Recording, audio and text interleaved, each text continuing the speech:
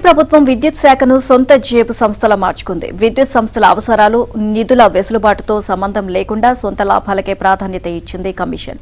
పోస్టులను అమ్ముకునేందుకు కొన్ని సబ్స్టేషన్లు పనులను ప్రతిపాదించింది. కడప జిల్లాలో ఎంపీ అవినాష్ రెడ్డి సిఫార్సుతో 68 సబ్స్టేషన్లు, మాజీ మంత్రి పెద్దిరెడ్డి నియోజకవర్గ పరిధిలో 30 సబ్స్టేషన్ల నిర్మాణానికి డిస్కంలు అనుమతించాయి. ఇదే విధంగా వైసీపీ నేతలు పోటీపడి అవసరం లేని చోట సబ్స్టేషన్లు మంజూరు చేయించుకున్నారు. సరైన అధ్యయనం లేకుండా మంజూరు చేసిన వాటిని గుర్తించి ఇప్పటికీ నిర్మాణం మొదలుపెట్టని 140 సబ్స్టేషన్లను కూటమి ప్రభుత్వం రద్దు చేసింది.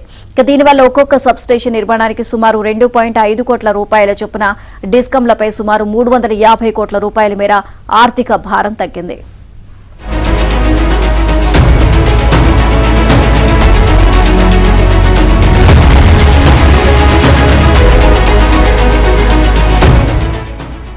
ఏపీలో విద్యుత్ సరఫరా మెరుగుదల కోసం రానున్న 5 ఏళ్లలో చేపట్టాల్సిన అభివృద్ధి పనులపై విద్యుత్ సంస్థలు అధ్యయనం చేశాయి. విద్యుత్ లోడ్ ఎక్కువ కావడంతో తరచూ విద్యుత్ సరఫరాకు అంతరాయం ఏర్పడే సబ్స్టేషన్లను గుర్తించి వాటి సామర్థ్యం పెంచడం లేదా కొత్త సబ్స్టేషన్లను నిర్మించేందుకు ప్రతిపాదిస్తాయి. ఈ మేరకు ఏపీ విద్యుత్ ప్రణాళిక 2020-24ను రూపొందించాయి. విద్యుత్ సంస్థల దగ్గర అందుబాటులో ఉన్న నిధుల ఆధారంగా ప్రణాళిక రూపొందించి వాటి అమలుకు వీలుగా ప్రతిపాదనలు సిద్ధం చేశాయి.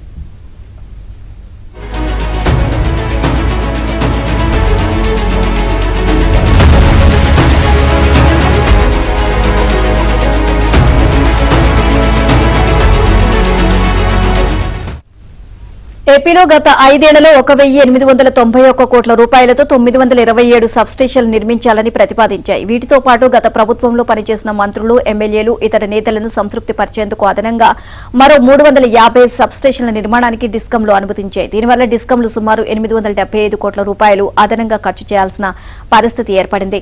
సుమారు 1.12 లక్షల కోట్ల రూపాయల మేర అప్పుల్లో ఉన్న విద్యుత్ సంస్థలకు ఇది మరింత భారంగా మారింది.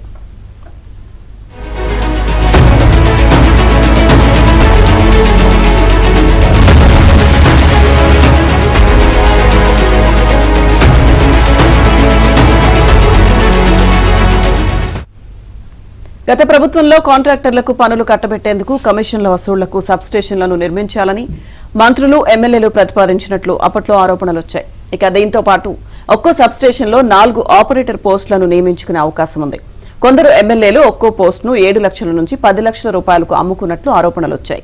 ఇలా ఒక్కో సబ్స్టేషన్పై స్థానిక ఎమ్మెల్యేకు సుమారు ₹1 కోటి వరకు లబ్ధి చేకూరితే వాటి నిర్మాణానికి నిధులు వెచ్చించడం ద్వారా డిస్కంల నిర్వహణ భారం పెరిగింది. ఆ మొత్తం FPPCA పేరుతో ప్రజలు భరించాల్సిన పరిస్థితి ఏర్పడింది.